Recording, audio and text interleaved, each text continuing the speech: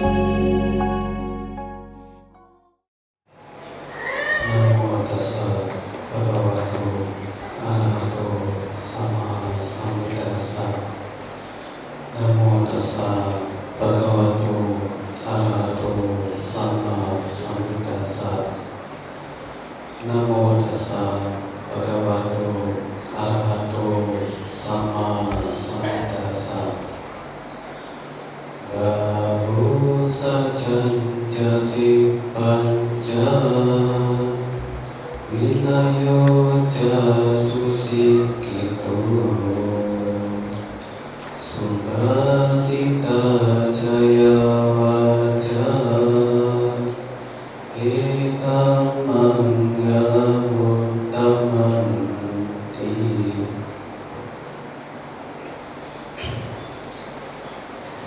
Nama wanita yang saya banggakan, para ibu bapak saudara-saudari sekalian, saya menyampaikan Buddha Bhavana seperti itu buat kita semua. Ya, seperti yang tadi disampaikan oleh Ramatan kita mengenai ancient disorder. Ya, jadi kata ancient disorder ini lebih banyakkan dialami oleh generasi milenial hingga generasi Z, ya. Dan juga saya harapkan buat ibu dan bapak yang sudah usianya ABG, ya ABG, aku baru bocah katanya, itu tidak ancient, ya. Karena biasanya saya selama di Jakarta kebanyakan bertemunya bukannya dengan umat muda, tetapi bertemunya dengan umat yang sudah meninggal dunia. Makanya inilah yang dijadikan sebagai topik pada kesempatan malam hari ini. Saya menyampaikan namo dana kepada para pengurus dari Wihara Kiai Manggala Jambi, yang dimana ini baru pertama kali saya bisa mendatangi tempat untuk sharing dhamma, apa yang saya ketahui dan apa yang saya dengar. Ibu bapak, saudara-saudari sekalian, saya di sini mengulas dari Life 5.0, ya, kehidupan 5.0.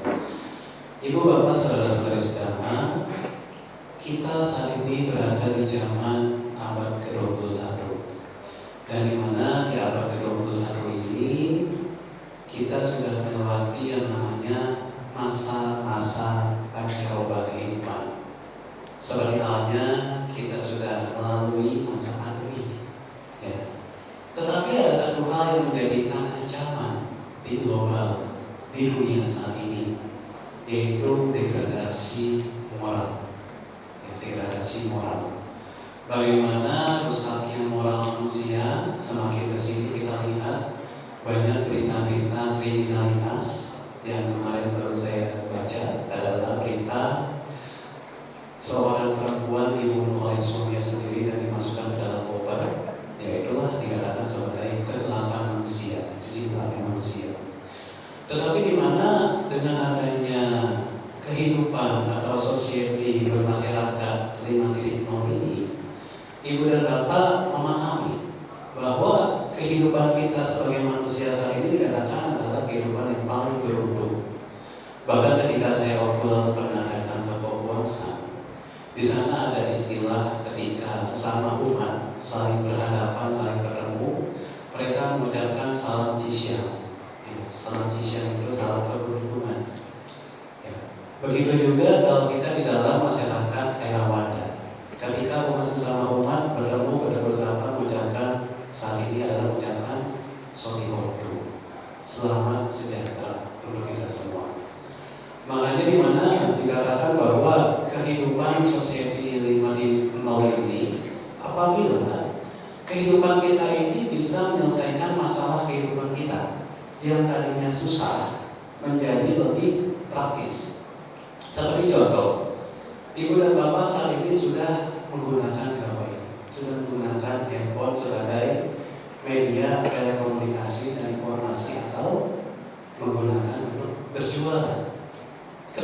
Ibu dan Bapak bisa beradaptasi dengan kehidupan 5.0 di sini, bagaimana Ibu dan Bapak sebagai berumah tangga senantiasa menyeimbangkan antara kemajuan ekonomi berkeluarga dengan mempunyai kepentingan yang ada di dalam rumah tangga.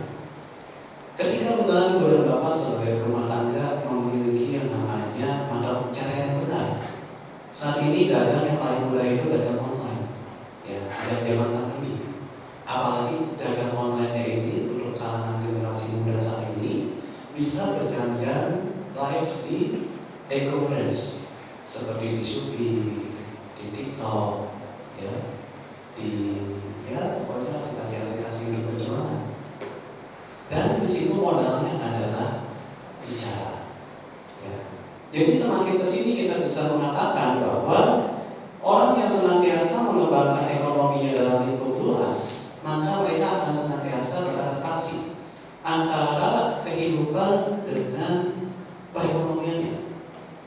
Dan inilah yang menjadikan sebagai pilihan tema saya pada kesempatan malam hari ini, yaitu 5.0. Apakah 5.0 di sini?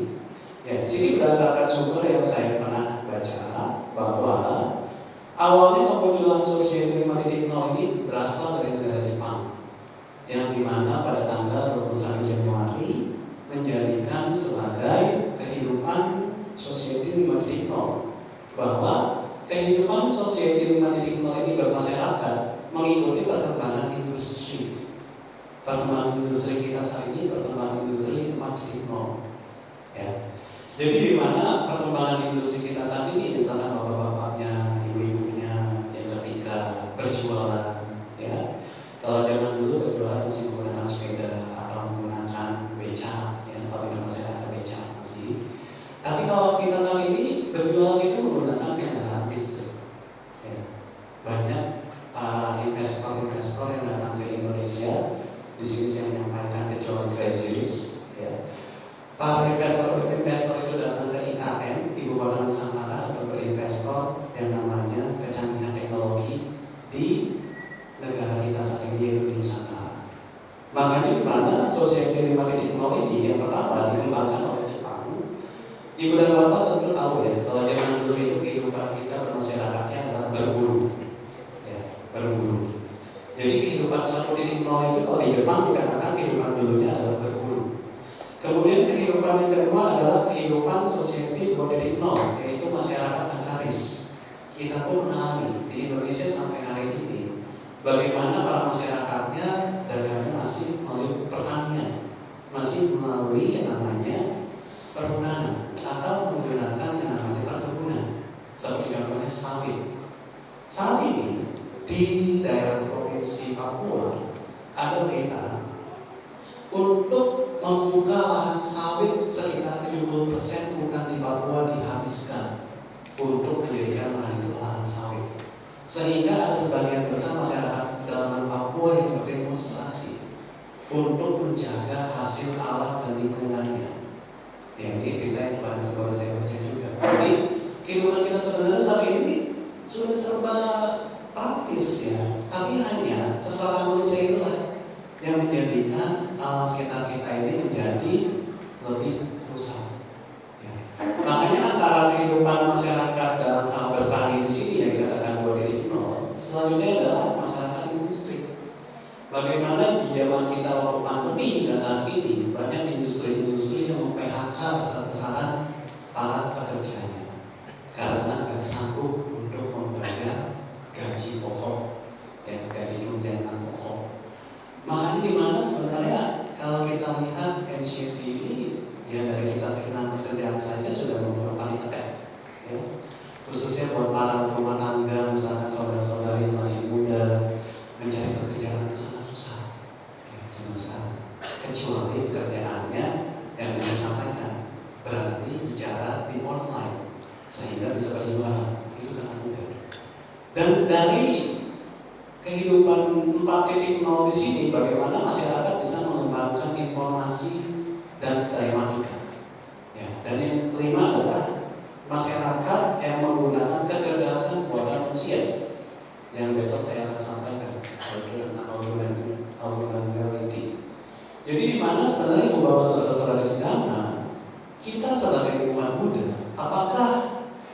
generasi kita ini sudah mengikuti perkembangan 5.0 yang dikatakan semua berdasarkan dari namanya aplikasi kecerdasan buatan.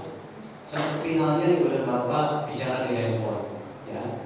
Bicara di handphone, kalau saat ini kita sudah menggunakan generasi AI, ya. Bisa translate, ya. Yang tadinya kita nggak tahu bahasa asing, bahasa Inggris, bahasa Korea, kita bisa translate. Apalagi menggunakan generasi AI dari Samsung terbaru, ya. Makanya Bapak saudara-saudara sekalian, sebenarnya sosial media ini bermasyarakat. Perkembangan teknologi kita saat ini sudah mengikuti perkembangan zaman seperti di negara Jepang, yang sepenuhnya sangat memudahkan, sangat praktis. Seperti halnya, Ibu dan Bapak mau berbuat baik wihara, saat ini sudah bisa menggunakan aplikasi online, seperti mengirim GoFood, atau ShopeeFood, ya. Itu sudah dari zaman kita pandemi, ya. Makanya di mana Ibu Bapak saudara-saudara sekalian, sebenarnya pada saat kita Society 5.0 atau kehidupan 5.0 ini, bagaimana sebagai rumah tangga ketika kita bisa melakukan kebajikan secara praktis, simpel, mudah, dan tidak repot. Itu yang ada di dalam Arita Karani sudah. Hidup kita nggak repot, ya. Kalau kita hidupnya repot, ya berarti ribet gitu pemikirannya. Makanya gimana dalam kita kehidupan yang diutamakan dalam proses misalkan pengiriman barang, ya. Kalau kita zaman sekarang mau mencari barang apapun sudah bisa lewat informasi yang disampaikan, sehingga inilah yang menjadikan sebagai pertimbangan kita. Kalau Ibu dan Bapak kemarin pernah mendengar berita ada satu keluarga yang bunuh diri karena akibat pinjaman online, itulah dampak negatif dari kehidupan 5.0. Kalau orang nggak bisa mengatasi keinginan belajarnya, kan seperti itu. Apalagi dengan adanya sekarang ini nggak hanya Ibu dan Bapak, ya. Bahkan Ibu kalau misalkan sudah ditolong oleh Halo BCA, itu sudah ditawarin mau kredit kan tidak, kan seperti itu. Inilah yang menjadikan sebagai pertimbangan kita. Bagaimana kita sebagai, ya, Ibu dan Bapak sebagai rumah tangga dan saya sebagai Bapak digital, kita kan hidup tanpa hutang, kita hidup tanpa celah, tapi hidup harus saling menikmati. Makanya di mana dalam hal ini dikatakan bahwa dengan adanya kecerdasan buatan, bahkan di dunia teknologi dan kedokteran sekalipun kesehatan, sudah bisa menggunakan kesehatan AI buatan. Itu untuk mengecek penyakit-penyakit yang paling, ya bisa dikatakan yang paling ganas, menggunakan generasi AI. Makanya di mana di dunia kedokteran ini sangat berkaitan erat. Misalkan Ibu dan Bapak punya tekanan darah tinggi, ya kalau dengan generasi AI ini kita bisa mengecek bagaimana solusinya supaya bisa berobat. Ya seperti kata Pak Presiden kemarin, berobatlah di dalam negeri, jangan berobat di luar negeri. Karena devisa negara kita banyak yang dikeluarkan di luar negeri. Tapi kalau kita berobat di dalam negeri sekalipun, terkadang jadi malpraktek, kan seperti itu. Ini yang menjadi pertimbangan kita. Bagaimana Ibu dan Bapak ketika mengatasi di dunia kesehatan kita bisa, ya setidaknya pertimbangan. Karena banyak juga ketika saya menghadapi para umat, ketika mereka di bidang dunia kedokteran ini, mereka dikatakan penyakit kanker dan diharuskan untuk kemoterapi. Ketika mengikuti kata kemoterapi, nggak sampai 6 bulan lewat. Itulah yang menjadikan pertimbangan kita saat ini. Kita mau mengikuti dunia kedokteran atau kita mau mengikuti dunia yang memangnya meyakinkan kita untuk bisa sembuh, ya. Makanya Ibu Bapak saudara-saudara sekalian, dalam hal kondisi kehidupan kita saat ini pun, kalau misalkan di kehidupan 5.0, ya Ibu dan Bapak saat ini misalkan di rumah, kita buat pengamanannya tidak menggunakan satpam lagi, sudah menggunakan CCTV, sudah menggunakan aplikasi handphone untuk mengamankan rumah kita. Kita tinggal manapun semuanya sudah serba bisa dilihat dari handphone. Itu yang dikatakan kehidupan bermasyarakat 5.0. Bagaimana dari aplikasi kecerdasan buatan manusia bisa mengamankan dan bisa mengoptimalkan kehidupan kita supaya kehidupan kita ini terjamin di masyarakat kita saat ini. Yang minimal nggak kerampokan, ya minimal nggak kerampokan. di bidang kita menjalani kehidupan kita sehari-hari. Ya, misalkan kalau dalam transportasi, ya terkadang kan suka ada transportasi itu sekarang banyak pameran. Ya, kita terkadang juga harus mempertimbangkan, saya mau membeli mobil ini sebagai upgrade ke teknologi yang baru, atau saya tahan terlebih dahulu supaya saya tidak mengikuti yang masih bahan percobaan. Ya, jadi misalkan kalau misalkan bapak-bapaknya misalkan di sini di bidang transportasi, ya kita masih menganalisa dulu. Dalam hal misalkan mau mengganti mobil, upgrade mobil ke yang lebih canggih, ya kita masih lihat sekarang sudah zaman listrik ya. Jadi bagaimana ketika kita mau membeli sebuah produk sekalipun, itu semua harus kita analisa. Bagaimanakah semua ini bisa berdampak kepada kondisi keluarga saya. Makanya dalam hal transportasi ini juga, sekarang ini kan kalau misalkan dalam hal transportasi bisa terhubung sama yang namanya gawai kita, yang dikatakan sebagai bukan menggunakan Google lagi, sudah menggunakan teknologi yang canggih. Ya. Makanya dalam hal kita berkendara juga biasanya inilah yang menggunakan teknologi AI ini untuk menyelamatkan supaya tidak kecelakaan. Ya, kalau misalnya kemarin pada saat lebaran mudik banyak mobil kecelakaan, ya karena itu mobil masih mobil-mobil old school, masih mobil-mobil tua. Ya. Tapi kalau misalnya ikut para bapak yang di sini misalkan menggunakan teknologi yang sudah kekinian, yang mau melewati garis saja itu sudah diperingatkan oleh teknologi saat ini. Makanya ibu bapak saudara-saudara sekalian, dari kehidupan bermasyarakat kita 5.0 ini, saya di sini mengkaitkan dengan ada di dalam sebuah sutra sang Buddha. Namanya ada ya di sini disampaikan Bayabhirama-sutta. Ya, Bayabhirama-sutta. Di mana ketika saat itu Brahmana Januswami bertemu dengan sang Buddha untuk mengatasi yang namanya anxiety disorder, yaitu rasa cemas, rasa khawatir, rasa gelisah ketika mengalami sebuah permasalahan hidup. Ya. Di sini disampaikan oleh Brahmana Januswami bahwa kehidupan rumah tangga itu merupakan kehidupan yang serba penuh dengan yang namanya tantangan, dan juga tentu mengalami semacam ya bisa dikatakan kerumitan ya. Jadi di mana kehidupan rumah tangga itu yang menjadikan kita bisa memiliki sisi bijaksana kita. Ya dikatakan di dalam Bayabhirama-sutta, adakah yang namanya pertimbangan bahwa para petapa dan brahmana yang saat itu memiliki yang namanya sebuah kenikmatan indriya, sehingga nafsunya tidak bisa terbentuk. Sehingga dalam hal seseorang bisa mengatasi yang namanya rasa khawatir dan gelisah, rasa cemas ini, seseorang pasti kalau kita di dalam ajaran kita ini Sang Buddha mengatakan sebagai ajaran cinta kasih, ajaran cinta kasih dan kasih sayang. Kalau kita misalkan bertemu dengan agama-agama lain, ya, agama Buddha itu dipuji karena ajaran yang penuh dengan yang namanya cinta kasih dan kasih sayang. Sehingga dengan adanya cinta kasih dan kasih sayang inilah setiap orang tidak adanya pikiran untuk saling memusuhi. Ya. Kalau misalkan masih ada pemikiran untuk saling memusuhi, berarti perlu kita menganalisa dari jalan Allah yang filsafat. Apakah orang-orang yang memusuhi kita itu sudah mempraktekkan pandangan benar dan pandangan benar mereka? Kalau misalnya mereka hanya mendengarkan ceramah dharma, tetapi mereka masih tidak ada cinta kasih dan kasih sayang, bagaimana cara mereka bisa mengembangkan yang namanya UPK? Ya, makanya di sini dikatakan bahwa dengan adanya pikiran yang bermusuhan, maka kehendak orang itu tidak akan adanya saling mencintai, apalagi untuk saling menjaga, terutama sebagai sahabat. Kalau ketika kemarin saya berceramah di Jakarta ya,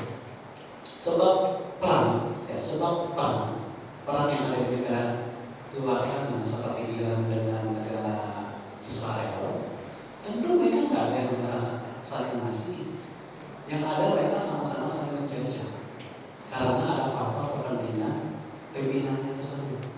Tapi kalau misalnya kita yang sebagai rumah tangga, ibu bapak sebagai rumah Buddha, bagaimana sesama pasangan hidup, sesama pasangan yang dikatakan kita ya supaya saling menjaga bersama-sama, tidak adanya saling mengungkit yang namanya sisi kekurangannya. Ini yang dikatakan sebagai rumah tangga. Makanya di mana dalam hal ibu bapak saudara-saudara sedama memiliki yang namanya sifat cinta kasih dan kasih sayang, dikatakan oleh Sang di dalam banyak Wira Wasuda ini, maka seseorang tidak akan lamban dan luput. Seseorang ini dikatakan tidak akan memiliki yang namanya sikap malas. Malas kuihara, nggak mau datang kuihara, mau datang kuihara kalau misalkan ada di desi, itu kalau zaman itu seperti itu, ya. Mau datang kuihara kalau misalkan baterainya bawa amulet, itu zaman itu seperti itu. Dari dia masih kecil malah. Tapi kalau kita saat ini dalam kuihara, kita mengetahui dharma Sang Buddha yang diajarkan begitu sangat luas. Makanya di mana dengan adanya kondisi-kondisi yang memangnya kita memiliki kondisi batin yang tenang, kita datang kuihara itu sudah tenang. Sama seperti halnya ibu dan bapak datang ke damai antara ke ini. Kalau batin kita sudah tenang datang ke sana, yang ada rasa keharuan dan kekaguman kita. Wah, ajaran Buddha itu sangat lengkap dari saat dilahirkan hingga sampai kremasi masih ada perpaduan sejarah. Dan itulah yang menjadikan sebagai fondasi kita supaya kita nggak pindah keyakinan. Makanya gimana? Dengan kita mendengarkan khotbah-khotbah damai yang Sang Buddha ajarkan, sebenarnya seseorang datang ke wihara itu tidak akan ada inisiatif, tetapi mereka tidak akan ada keraguan kepada damai yang sudah didengarkan oleh para Dhamma Buddha. Sehingga inilah yang menyebabkan setiap orang semakin memiliki namanya keyakinan yang tak tergoyahkan. Saya di sini bukan menyombongkan diri saya, tetapi saya ketika waktu pandemi, saya menggunakan kemampuan saya untuk menggali kreativitas. Seperti saya membuat saya lagu, seperti saya membuat desain grafis. Tapi semuanya masih kurang. Kenapa? Kita harus merealisasi dharma. Kita harus bagaimana dharma ini bisa dikembangkan di saat ini supaya mengikuti perkembangan zaman. Jangan kata orang zaman dulu ketika mau beragama Buddha, dikatakan agama Buddha itu agama yang ortodoks, agama yang kuno. Kalau saya masih dulu sebagai rumah tangga. Tapi kalau kita zaman sekarang, wah, agama Buddha itu agama yang canggih ya.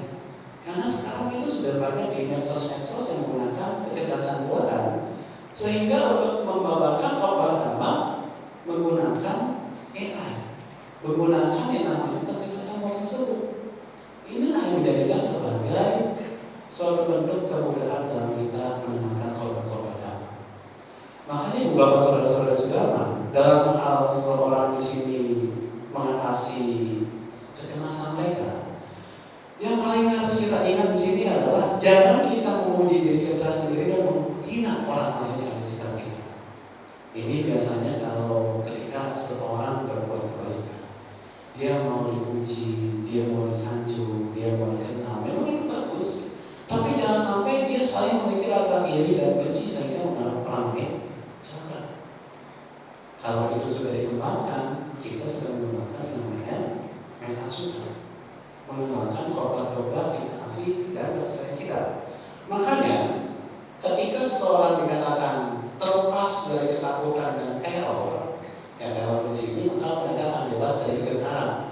Coba kalau kita lihat di negara yang sangat Islam, berapa banyak orang yang diteror sehingga mereka punya rasa anxiety yang sangat-sangat, ya itulah dikatakan dari zaman dulu hingga zaman sekarang mereka yang saling menyerang, akhirnya lagi di kehidupan mereka yang memang negara perang, nggak ada yang damai. Tapi kalau kita yang lahir di negara Indonesia, kita sudah sangat bangga. Oh iya, negara saya dulu merupakan negara dengan mayoritas agama Buddha terbesar setelah Asia Tenggara saja kerajaan. Meskipun saat ini masih banyak menyebar ke segala penjuru.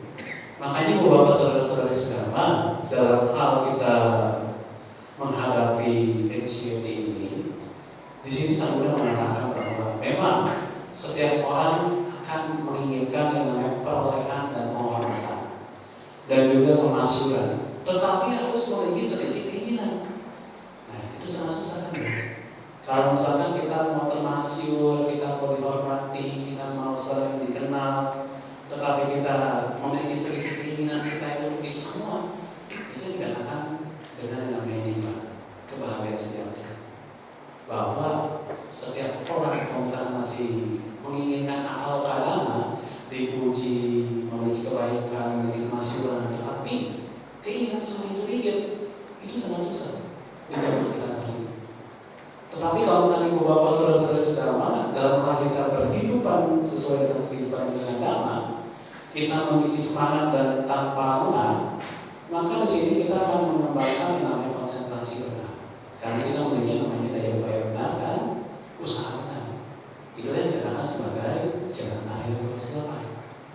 Makanya dalam hal kita menghadapi anxiety disorders di sini, kehidupan sang Buddha pada zaman dulu kala dikatakan kehidupan yang sangat-sangat banyak di tempat-tempat terkecil, seperti di hutan belantara. Kalau zaman kehidupan sang Buddha zaman lampau, kalau kehidupan kita zaman sekarang ya para penata nggak hanya di hutan, hidupnya ada yang di podcast, ada yang di YouTube, ada bandenya lain di TikTok.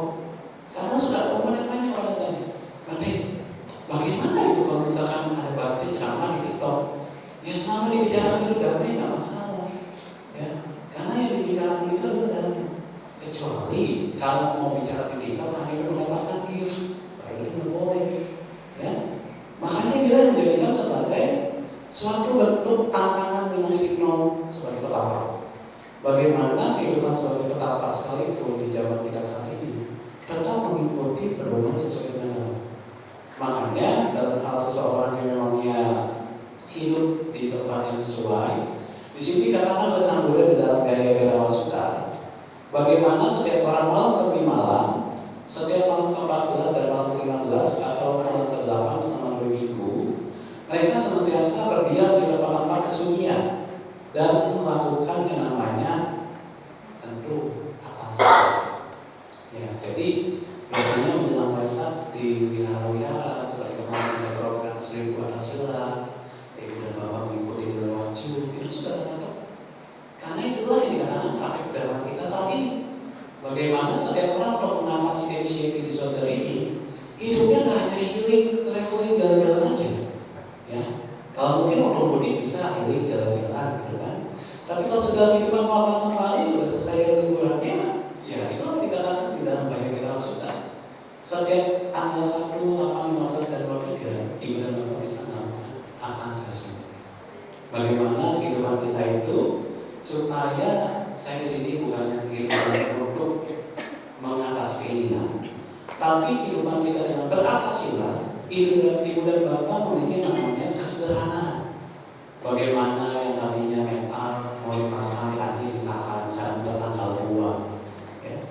Bagaimana misalnya para bapak-bapaknya yang ketika mau pergi keluar karena harga bensin sekarang $2 naik, akhirnya nggak jadi pergi ke tempat yang lebih jauh.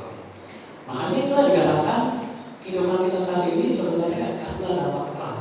Nggak hanya harga dolar naik, harga emas naik, harga komoditi naik, tetapi kehidupan kita saat ini semakin serba sulit, semakin serba mahal.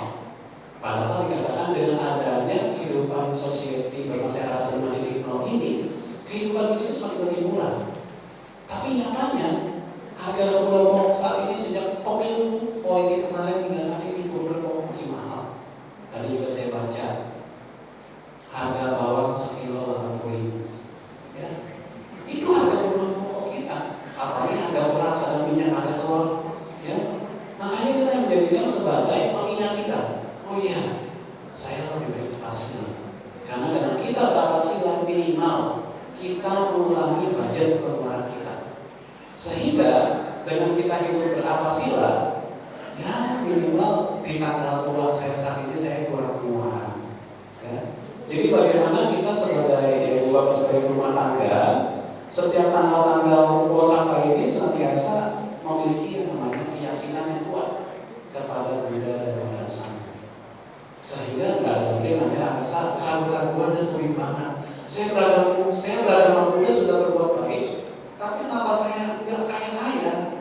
Ya kan ada setiap orang yang bertanya seperti itu. Sedangkan orang yang berbuat jahat seperti Crazy kaya raya.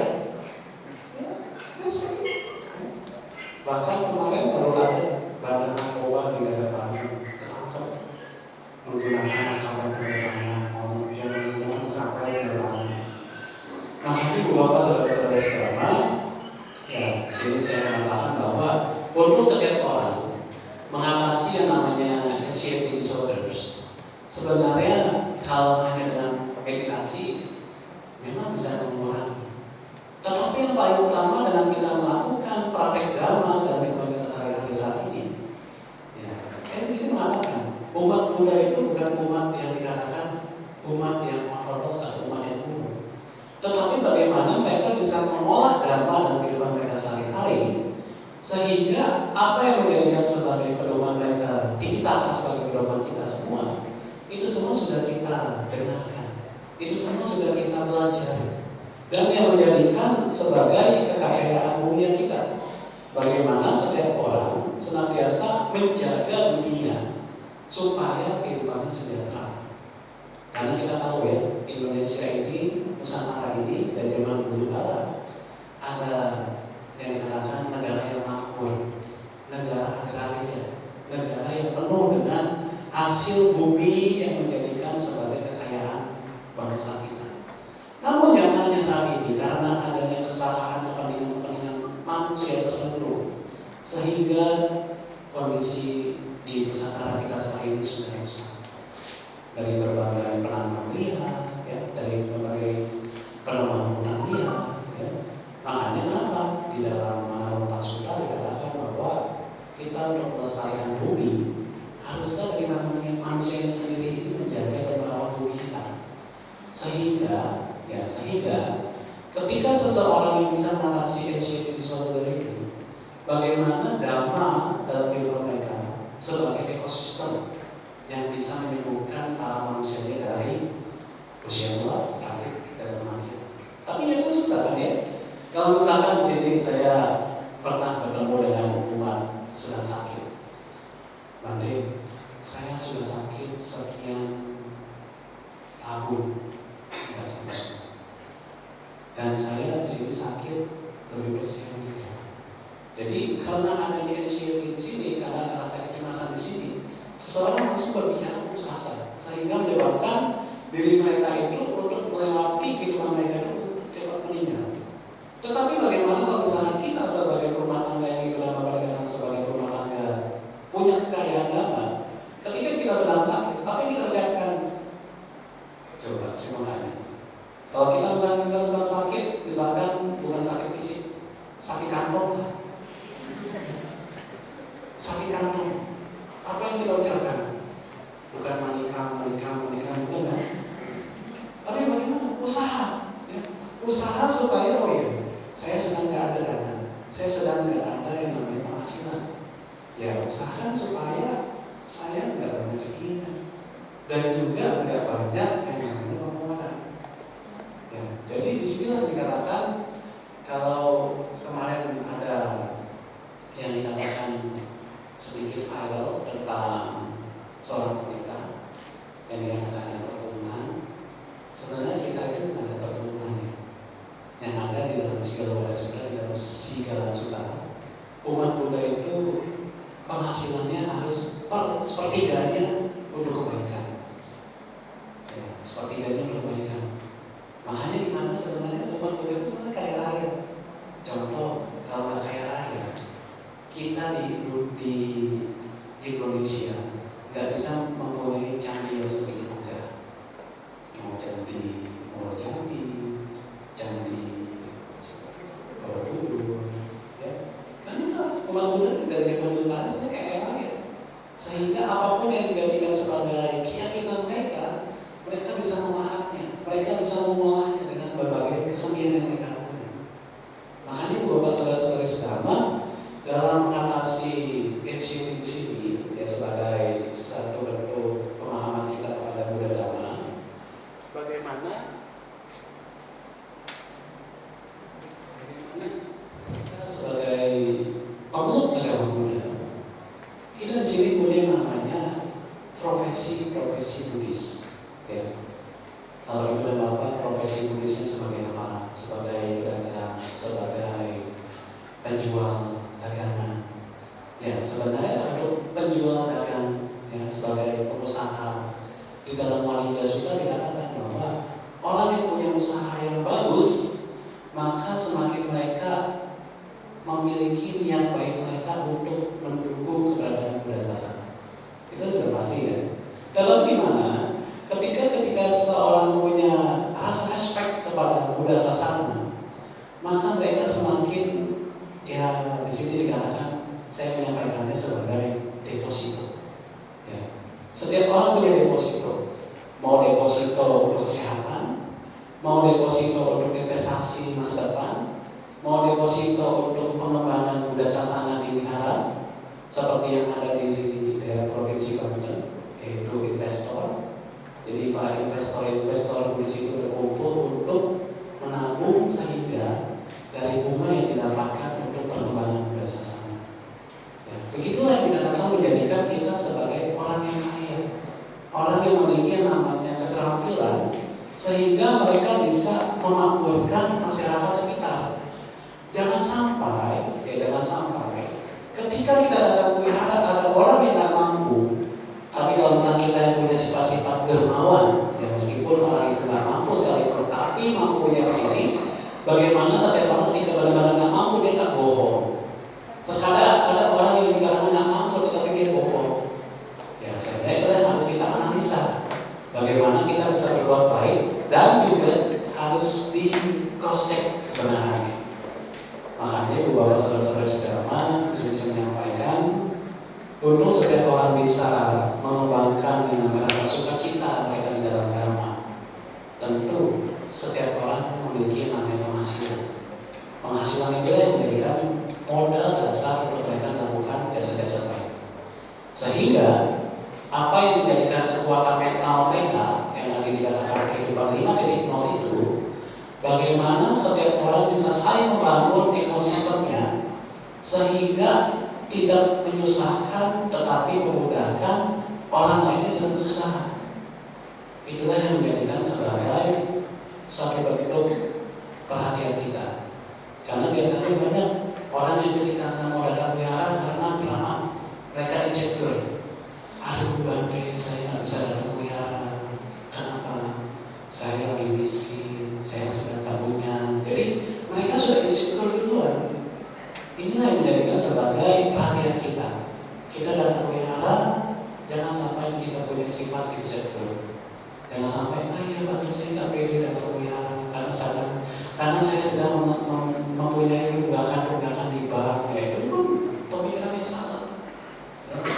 Makanya ini yang menjadikan pengalaman dalam hal saya datang ke sini dan juga saya berkenalan dan juga berbagi pengalaman yang saya dapat, supaya kehidupan ibu dan bapak senantiasa saling memudahkan, saling membantu, saling berbagi.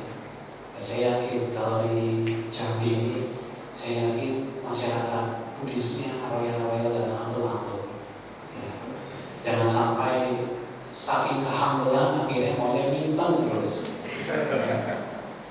Ini yang menjadikan pengingat buat kita, ya bahwa saya sebagai rumah tangga, ya kita bercermin dari anak pendidikan dan wisata, ya. Bagaimana seorang anak pendidikan dan wisata masih itu bisa dijadikan sebagai wihara, ya. Dan di Indonesia pun sudah terbukti.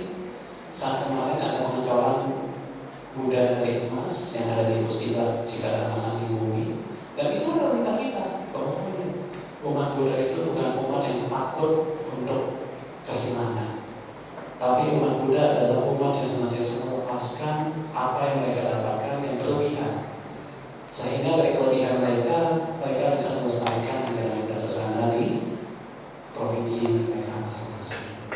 Ya, maka dari itu saya menyampaikan mudah-mudahan kepada ibu dan bapak yang sudah hadir, semoga ini semua menjadikan pedoman untuk ibu dan bapak menghadapi life quarter crisis, ya. Karena kehidupan kita ke depannya semakin rumit, semakin sulit kalau kita berpikiran sulit. Tapi kalau kita memikirkan itu sebagai kemudahan, jadikan kesulitan itu sebagai peluang untuk ibu dan bapak mendapatkan cara yang sesuai dengan.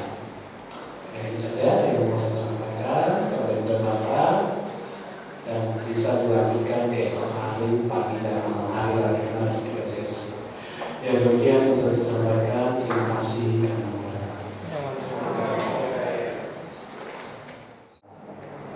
kita bicara tentang kecemasan ini kan berkaitan dengan masa depan yang nanti ya. Yang menurut pikiran kita tuh ada sesuatu hal yang kita cemaskan tentang masa depan. Nah, mungkin kita juga sudah ada gambaran masa depannya yang kita cemasin itu akan terjadi seperti apa, mungkin sudah ada gambaran. Nah, yang ingin saya tanyakan, bagaimana mengatasi kecemasan ini supaya tidak terlalu larut menurut agama Buddha, menurut Dhamma. Kemudian yang kedua, pada saat kecemasan itu mungkin masih ada dalam pikiran seseorang, setelah dia meninggal itu apakah bisa lahir di alam yang menyedihkan seperti itu, Pak? Saya itu aja dulu, Pak. Terima kasih. Diingat ini dikatakan di dalam bagi Karana Sutta, hidup kita bukan hanya di waktu yang akan datang atau di waktu lampau, tetapi di saat ini. Sehingga itu menjadikan setiap orang mengkhawatirkan kehidupan mereka. Makanya di mana ketika seseorang mengulangi rasa kecemasan di sini, sama seperti halnya misalkan manusia yang hidupnya itu multitasking. Ya, multitasking, jadi lagi kerja ini, akhirnya kerja yang lain, nggak fokus kepada satu yang dia kerjakan. Atau misalkan seorang mahasiswa, misalkan ada tugas 1, tugas 2, tugas 3, tugas 4, dia bukannya mengerjakan, tapi dia bingung mau mengerjakan yang mana dulu. Ya. Makanya di sini menjadikan setiap halnya orang itu memiliki namanya beban kehidupan. Tapi kalau seseorang fokus kepada satu waktu apa yang dia harus selesaikan terlebih dahulu, maka dia tidak akan ada rasa kecemasan. Tetapi dia akan mencermati apakah yang harus saya selesaikan terlebih dahulu sehingga gak adanya yang namanya rasa kebimbangan. Daripada rasa kebimbangan, biasanya setiap orang itu ketika mau kerja, kalau dia sudah punya rasa kecemasan, akhirnya dia mager, gak mau bekerja. Ya, makanya di sini dijadikan sebagai fokus kepada apa yang menjadi sebagai tujuan dia untuk mengatasi kecemasan tersebut. Tapi kalau misalkan di dalam Bayawera Sutta, jadi di sini disampaikan bahwa seseorang yang memangnya punya kelahiran yang memangnya kelahiran yang tidak baik, kelahiran yang di alam menderita. Yang pertama karena mereka senantiasa menggunjing para samana dan brahmana. Ya, kita bisa lihat di zaman saat ini ya, banyak sekali ketika misalkan ada uploadan foto-foto di medsos misalkan yang tidak sesuai dengan kita punya, wah nanti bilangnya batin mengganggunya. Akhirnya para umat itu komentar di medsos itu tanpa terkendali. Itu pun harus berhati-hati karena kita harus mencermati, oh yang latihan bukan saya, tetapi orang tersebut. Ya, jadi bisa dikatakan orang yang memang lahir ke alam menderita, pertama yang dikatakan di dalam Bayawera Sutta tentu adanya pandangan-pandangan salah kepada Dhamma. Mereka enggak adanya pengertian pemahaman Dhamma yang luas sehingga mereka punya pemikiran yang sempit. Dan yang kedua tentu melanggar moralitas, melanggar moral moris. Ya, makanya dalam hal ini saya menyampaikan bahwa pada bulan Bapak kita sebagai siswa-siswa Sang Buddha tentu sudah memahami Dhamma dan praktekkan. Jadi bagaimana ya apa yang kita pikirkan itu kita nggak memikirkan kelahiran kita yang akan nanti, tapi kita memikirkan yang saat ini. Kalau kita sampai memikirkan yang akan mendatang tetapi nggak terjadi, tandanya itu hanya harapan, hanya bayang-bayang yang memang nggak tercapai, kan seperti itu. Ya, jadi karena saya suka datang ke Evan juga, jadi ketika melihat orang-orang yang ketika meninggal, ya misalkan mereka meninggal di usia muda, dan mereka punya kewajiban yang luar biasa, ya mereka dikatakan nggak akan lahir ke alam menderita, karena mereka sudah kaya akan yang namanya kebajikan. Tetapi kalau orang yang misalkan dia takut meninggal, misalkan dia masih kurang berbuat baik, berarti dia harus mengurangi keraguan dia kepada Dhamma itu sendiri, sehingga harus dicontoh. mengatasi pikiran-pikiran yang mengganggu tersebut. Ya, manfaatnya bagaimana? Ya, yang saya sampaikan, kita bisa dengan belajar meditation, kita bisa dengan mengikuti diskusi-diskusi dalam secara online, atau kita bisa mendengarkan khotbah dhamma yang ada di YouTube seperti itu. Ya, tapi pada dasarnya kembali lagi ke kepribadian saat kecil. Ya, kalau secara psikologi biasanya kepribadian mereka masa kecil biasanya suka ada trauma yang disebabkan oleh orang tua mereka, sehingga itulah yang menjadikan harus disembuhkan melalui hipnoterapi atau melalui konseling kepada psikiater misalkan. Kalau sampai terlalu berlebihan, ya, jadi kita harus menggali dulu penyebab utamanya dia punya rasa kekhawatiran yang berlebihan itu seperti apa.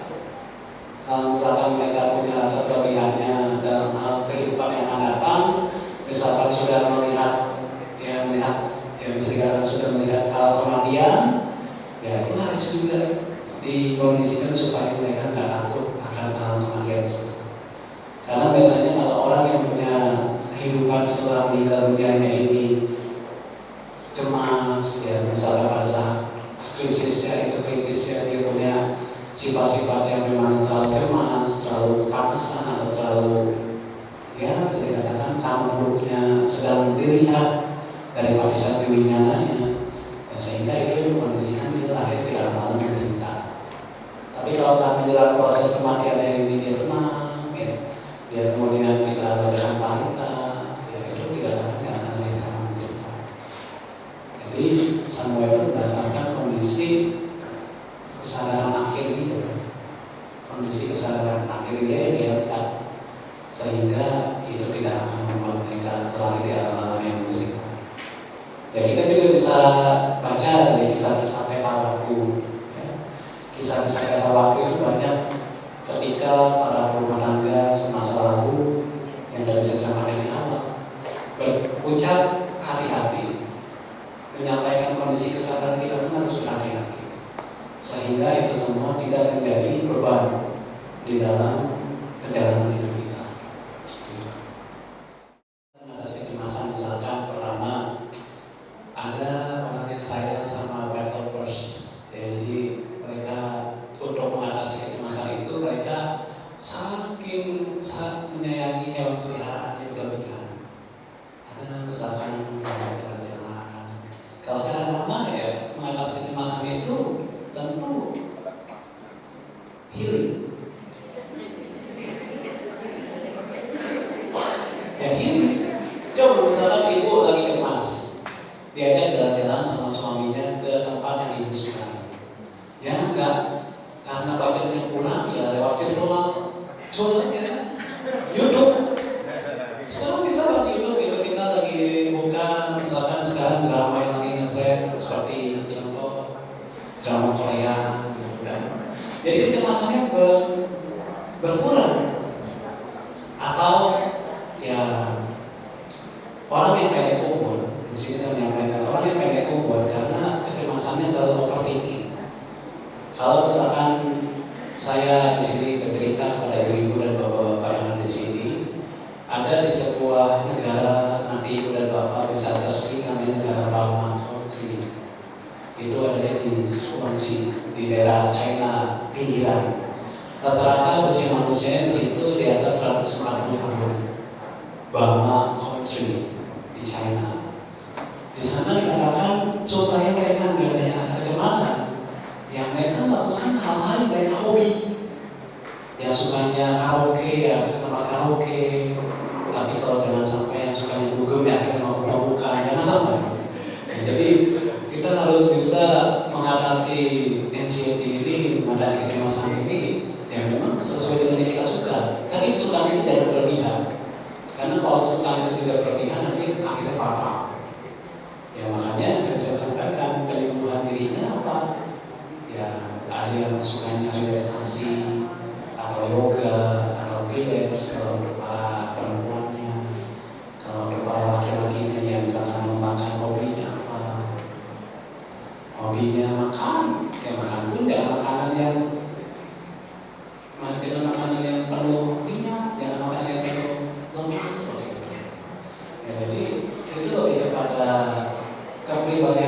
saat kita masih ada.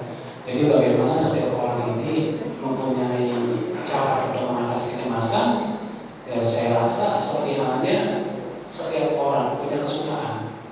Misalkan hari ini dia mau pakai pakaian ini, hari esok dia mau pakai pakaian yang selanjutnya. Tetapi dari menggunakan pakaian itu sebenarnya sama, hanya beda motif saja.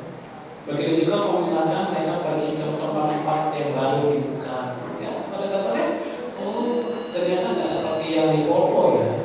Itu semua hanya menipu dan seperti itu. Makanya lebih kepada bagaimana setiap orang ini bisa jangan sampai ya itu dikatakan jangan sampai kehidupan kita itu bisa tidak akan duka. Kalau kehidupan kita itu harus suka-suka, sukacita, ya itu nggak akan adanya perubahan di dalam diri. Dan seperti yang Bapak sampaikan, ya bahwa banyak kecemasan yang kita lewati.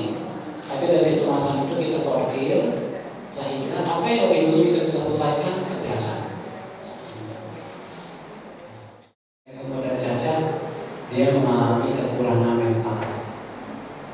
Kalau sampai misalkan menggunakan bahan-bahan kimia untuk menyebabkan ikan-ikan itu jadi ya bisa pelet, bisa seperti itu. Ya gak hanya nelayan sih, misalkan petani aja gitu. Tapi kan memang ya itu 11-12 untuk beberapa pencarian yang gak sesuai. Jadi kalau misalkan memang berkecimpungnya di mata pencarian, misalkan dagang telur, ya, dagang telur di warung seperti itu. Yang penting kita niat kita tidak memesan berapa jumlah telur itu. Bisa nggak? Susah kan? Kalau berbakat kan pasti ngomong urusan berapa. Telur kan Jadi pada dasarnya ketika mau berjualan itu harus bisa juga menyisihkan dari kalau memang secara pencariannya ada pelanggaran sila. Tapi pada dasarnya pelanggaran sila itu kan hanya sebagai penghindar, karena kita nggak mengadakan pelanggaran, tapi menghindari. Kalau bisa kita menghindari, ya kalau memang yang berkecimpung di bidang itu, ya bagaimana kita bisa menutupinya dengan kewajiban yang lebih besar. Gitu.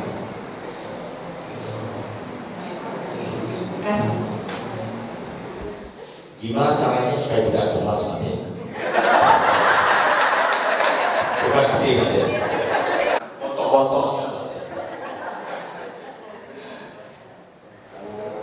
Kalau dalam kita mengatasi kecemasan itu bisa ditikapi Bante. Bisa sama Bante diajak jalan kemana? Selalu, Pak. Kapan, Pak?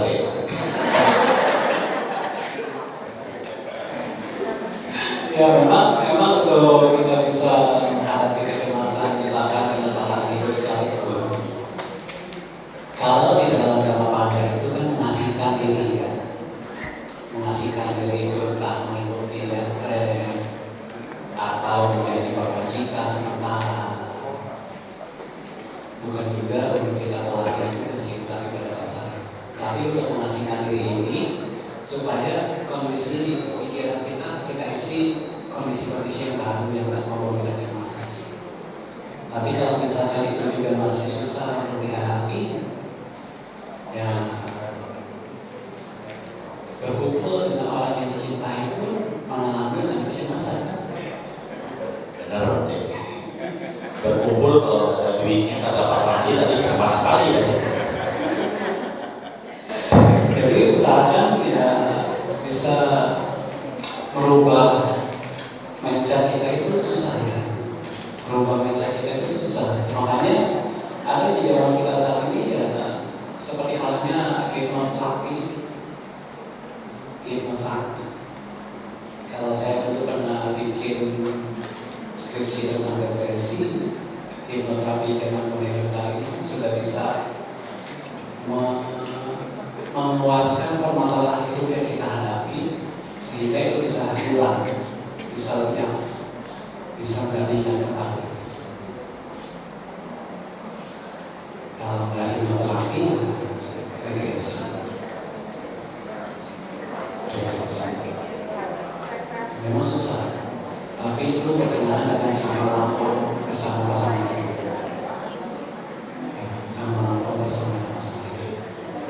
Makanya kalau di dalam istilah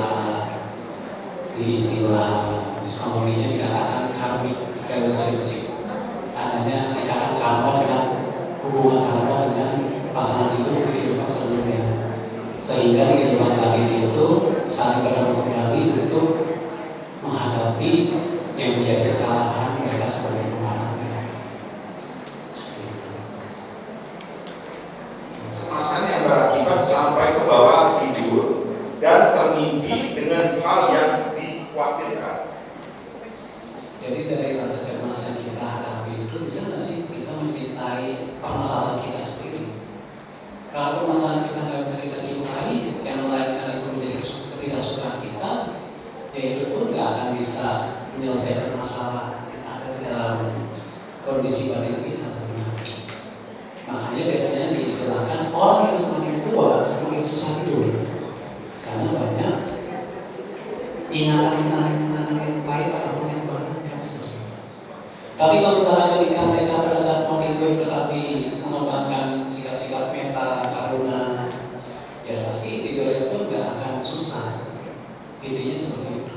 Makanya ketika ada kecemasan dalam hal mereka menjelang tidur, ya usahakan itu sebagai suatu istri saya cerita. Biasanya seperti itu. Tapi kalau cerita pun malah tinggal tidur, ya terima kamu. Kadang seperti itu.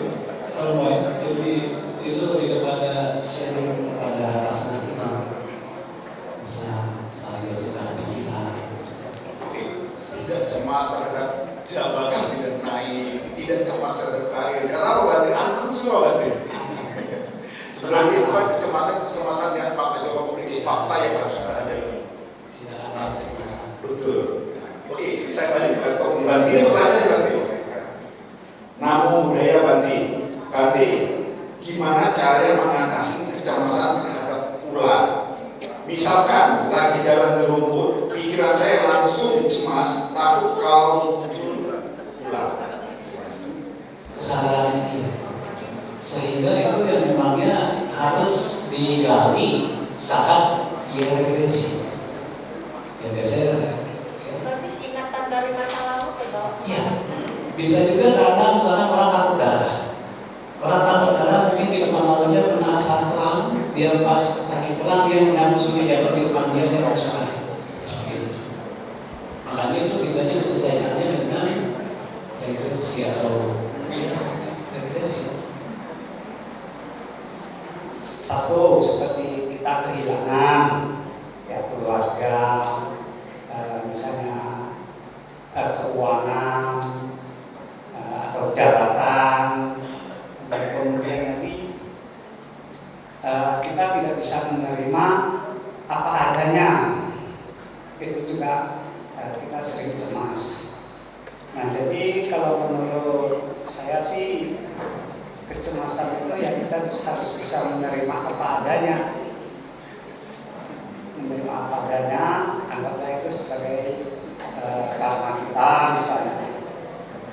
Dengan demikian kita juga tidak usah memikirkan masa lalu yang belum pasti misalnya. Ya hadapi aja kehidupan sekarang ini sebagaimana apa adanya. Itu aja mungkin nanti. Jadi pada jasa kepada ini kita mengetahui sebab-sebab seorang manusia yang sengsara. Kenapa? Pertama, karena mereka masih punya rasa saling menyayangi. Kedua, karena mereka punya yang namanya ikatan secara ikatan. Ketiga, karena mereka masih diliputi oleh yang namanya hubungan masa lalu dengan pasangan hidupnya. Sehingga itu menjadikan sebagai suatu bentuk ikatan karma. Tetapi dalam hal mereka mengatasi kecemasan di sini dalam hal 31 hal kehidupan itu, utamanya kita harus memahami yang namanya cekasika kalau tidak dilakukan. Apa yang berkenaan dengan amarah, apa yang berkenaan dengan kondisi-kondisi kesehatan yang tidak lazim, seperti itu. Sehingga rasa kecemasan ini bisa dikurai. Misalkan dia lagi di dalam tahap upacara, hujan, kegelisahan dan kekhawatiran yang berlebihan. Bagaimana mereka bisa melepaskan biji-bijian dia melepaskan yang namanya keraguan-keraguan itu. Misalkan, oh iya, saya lagi saat ini ragu-ragu kepada apa yang ingin saya hadapi, itu saya ragu-ragu gitu Bang. Ya, dia harus yakin, dia harus memiliki namanya bala, kekuatan akan keyakinan, kekuatan akan semangat. Tapi memang itu agak susah, karena harus diliputi oleh yang namanya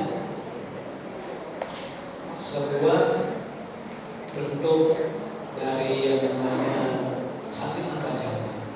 Kalau dalam sapa pujaga, ya saat orang sedang sakit, bagaimana seseorang ini memiliki yang namanya pasadi, keteguhan untuk dia menghadapi rasa sakit. Mau rasa sakit hati, rasa sakit mental, atau rasa sakit yang begitu susah.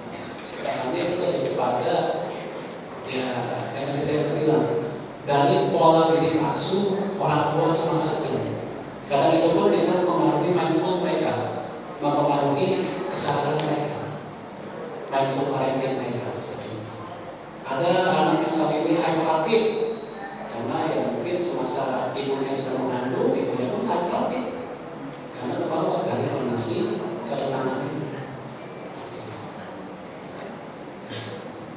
Punya kemampuan atau kemahiran batin seperti punya apinya, punya indigo. Ya. Jadi biasanya orang yang punya kecemasan ini sesuai dengan ingatan terakhir mereka. Kalau misalkan ingatan mereka terakhir yang mereka ingat-ingatnya yang baik-baik, tentu nggak akan ada kecemasan di situ. Tapi kalau misalkan ingatnya yang buruk-buruk, seperti halnya seorang penjaga canang misalnya, itu akan mengingatnya yang tidak baik, sehingga itu akan menyebabkan kehidupan mendatang yang susah. Jadi itu lebih kepada ya seperti halnya orang di kehidupan saat ini dia mengalami ODGJ. Orang dengan gangguan jiwa. Kenapa dia bisa ada gangguan jiwa? Kehidupan orang tuanya, karena tentang silanya, perbedaan dengan sila 5 dan sila 3. Ya. Jadi itu semua saling mempengaruhi sebuah kehidupan mereka.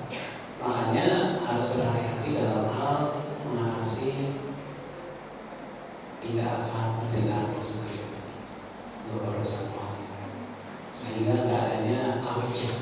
Kan yang menyebabkan orang lahir kembali karena ada cemas itu sebenarnya awija. Ya, awija.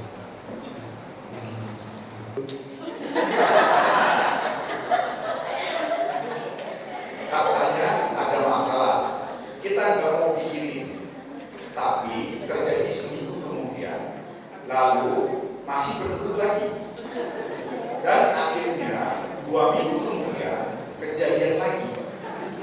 Masalahnya mertua dan suami di waktu yang tidak bersamaan marah dan mengusir dari rumah. Jadi baiknya gimana Bandi? Mau pergi takut cemas, tapi jika di rumah berkumpul jadi satu, kami masih bisa mandirinya. Silakan dijawab Bandi. Menentu adanya ketidakcocokan dalam satu rumah, ya harusnya bukan pisah ya, tapi lebih banyak tidak tinggal serumah sama berdua. Kalau memangnya nggak bisa, tapi kalau misalnya nggak bisa ya bagaimana cara mereka bisa mengajak mertuanya ini datang ke pantai sebenarnya untuk mengatasi permasalahan keluarga ini. Biasanya kalau biasanya kami selama ini banyak yang datang ke tempat mereka ditaruh karena misalkan ada kondisi masalah keluarga, akhirnya sebenarnya dia diajarkan meditasi sebenarnya. Tapi memang lebih kepada faktor hubungan masa lalunya juga karena berdua dengan menangani kalau misalkan sampai ada hubungan yang tidak baik, ya harus bisa melihat di dalam segala batas hubungan antara suami dengan istri dengan majikan, istri dengan dua dengan suami seperti itu. Memang tidak mudah dalam menjalankan kehidupan rumah tangga yang terkadang tidak harmonis dengan keluarga. Tapi ya saya ketahui selama ini yang bisa tidak tinggal sama-sama untuk menghindari konflik tersebut. serumah dengan keluarga. Kalau bisa, kalau memangnya tetap begitu juga, ya berkeluarga diajak jalan-jalan ke luar negeri masih senang. Sebagai umat muda dan rumah tangga. Terima kasih. Harus memiliki yang namanya saling melengkapi secara 4 faktor dalam diri sendiri. Keyakinan, moralitas, kedermawanan, dan kebijaksanaan. Tapi ketika mereka menghadapi rasa kecemasan yang berlarut di dalam kehidupan mereka sehari-hari, minimal mereka bisa mengikuti latihan, bimbingan, baik itu bimbingan retret meditation atau mengikuti latihan bawa cita untuk mengurangi rasa kecemasan tersebut. Tapi kalau misalnya masih belum bisa juga, tinggal lihat.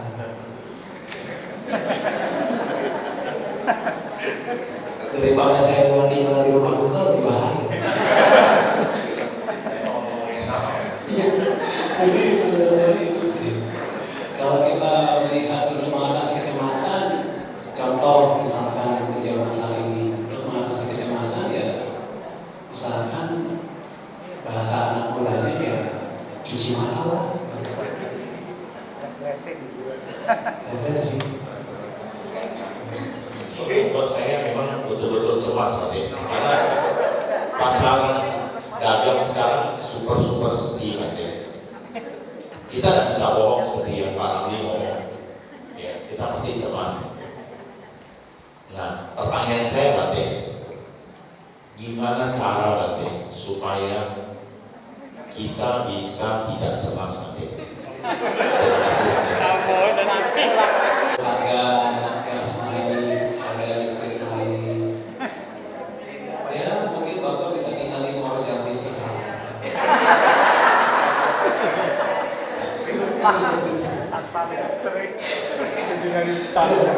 Sebenarnya apa ya?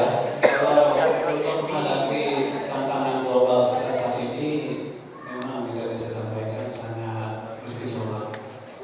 Banyak orang yang karena tidak bisa menghadapi ini semua akhirnya depresi, putus asa, mengakhiri hidupnya.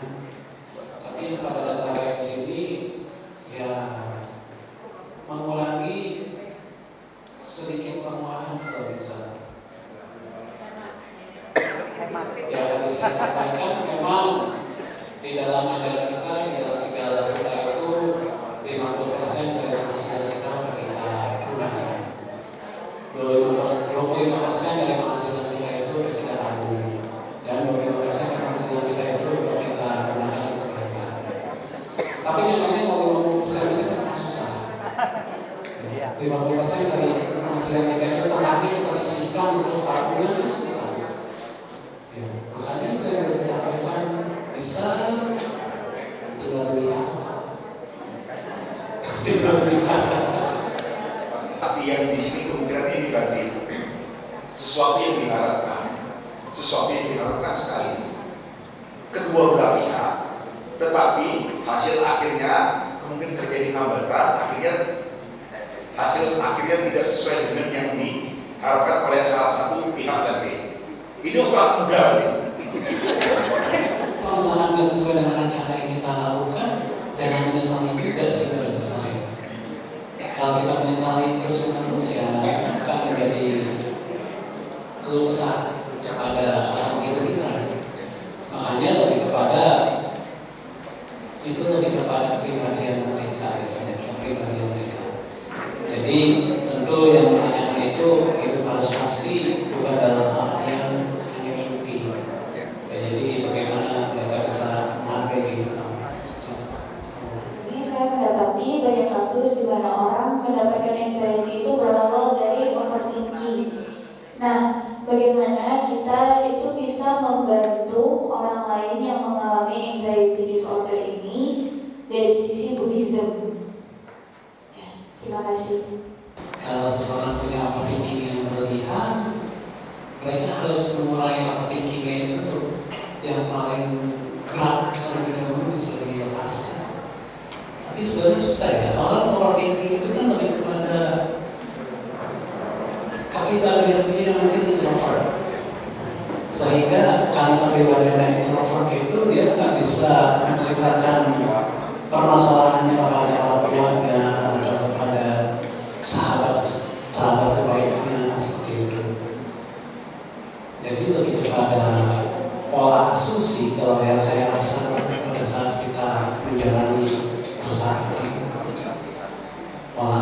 mengganggu pola hidup sama orang tuanya atau mengalami broken home dan sebagainya. Jadi lebih kepada menggali dulu penyebab utamanya apa, dia bisa overthinking sebagainya. Bisa jadi karena trauma dalam hal sekolahannya, pendidikannya, lebih kepada penyebab utamanya itu diselidiki itu penyebab utamanya apa. Kalau penyebab utamanya sudah tahu, ya baru diceritakan. Dan itu harus bisa bersama orang yang bisa menjaga rahasia, bukan orang yang nggak bisa menjaga rahasia itu. Kalau secara Buddhisnya ya bukan kita berarti juga ya. Intinya kita bisa terbuka bagaimana ada solusi, main solusinya dan sebagainya. Kalau kita tidak malas, semua bisa kita hadapi. Walaupun hasilnya ada yang good, tidak bagus maupun kurang. Nah, malas ini berdampak kepada performa kita. Nah, bagaimana kita berpikiran positif atau motivasinya, bagaimana kita sebagai umat Buddha untuk mengatasi kemalasan ini tadi. Dan kemalasan juga tidak kewihara Bante sama belajar Buddha. Terima kasih Bante. Karena malas ini karena permasalahan hidupnya ketika kewihara pun nggak bisa disampaikan dalam solution biasanya, sehingga mereka akan menjadi malas untuk datang ke wihara. Karena buat apa juga? Ya.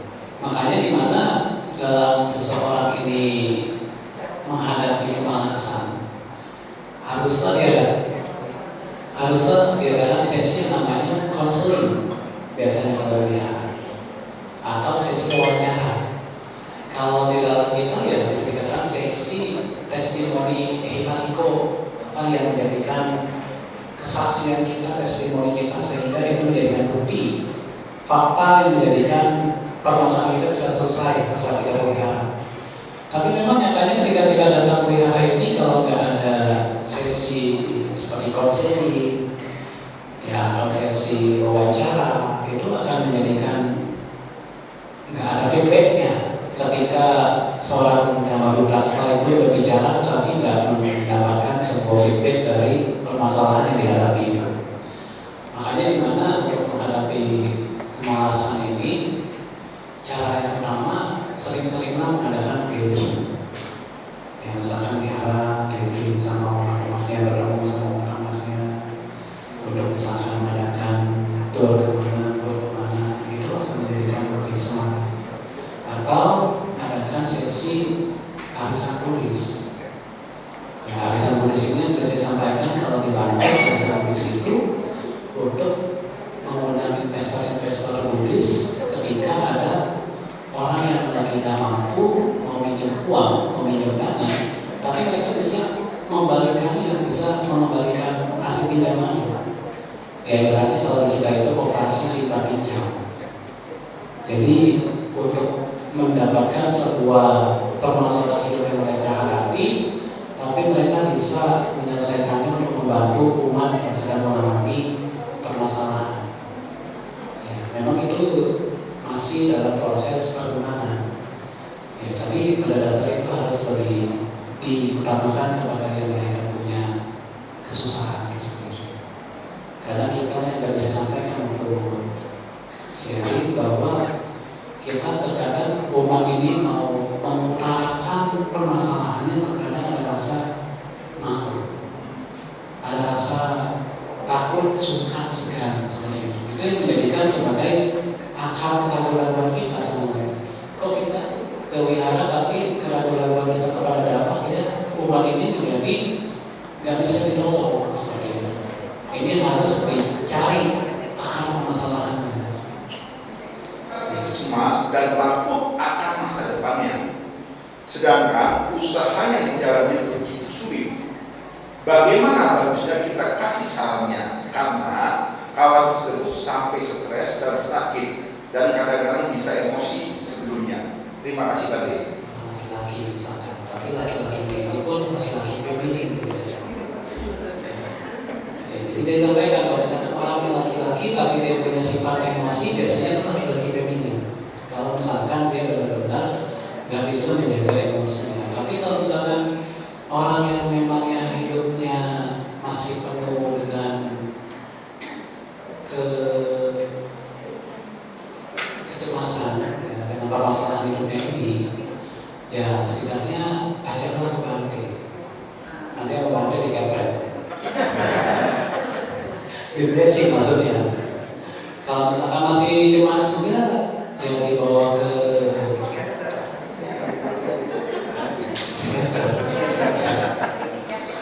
psikiater. Jadi itu yang tadi kita sampaikan bahwa memang untuk setiap wihara kita masih kurangnya sesi konselor kalau untuk wihara.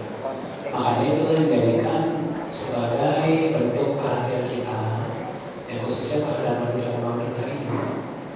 Ya, jadi adanya hubungan feedback antara Dhammaduta dengan umatnya sehingga permasalahan hidupnya ini bisa diselesaikan. Bukannya Dhammadutanya juga mengatakan, ya karena Yoni kalau bantu kalau kesalahan yang kamu karisan kan jadinya karena kematian penyelesaian dan sebagainya. Nah, jadi kita harus lebih aktif sebagai Dhammaduta yang mengatasi para generasi